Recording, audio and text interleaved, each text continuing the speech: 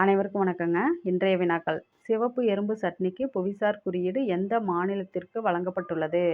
விடை ஒடிசா.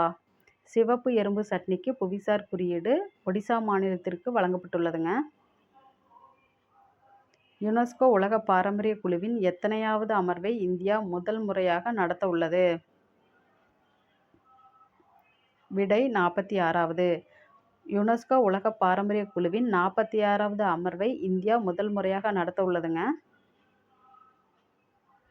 தேசிய மனித உரிமைகள் ஆணையத்தின் பொறுப்புத் தலைவராக நியமிக்கப்பட்டவர் யார்? விடை விஜயபாரதி சயானி. தேசிய மனித உரிமைகள் ஆணையத்தின் பொறுப்புத் தலைவராக விஜயபாரதி சயானி நியமிக்கப்பட்டார்.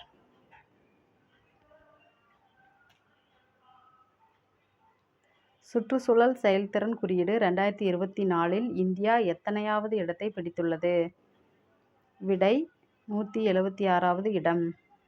சுற்றுச்சூழல் செயல்திறன் குறியீடு 2024இல் இந்தியா 176வது இடத்தை பிடித்துள்ளதுங்க. 2024ஆம் ஆண்டிற்கான ஔவையார் விருது யாருக்கு வழங்கப்பட்டது? விடை பாமா. 2024ஆம் ஆண்டிற்கான ஔவையார் விருது பாமாவிற்கு வழங்கப்பட்டுள்ளதுங்க. தேங்க்ஸ் ஃபார் வாட்சிங். உங்களுக்கு பிடிச்சிருந்துச்சுன்னா லைக் பண்ணுங்கள், சப்ஸ்கிரைப் பண்ணுங்கள், கமெண்ட் பண்ணுங்கள். நன்றி.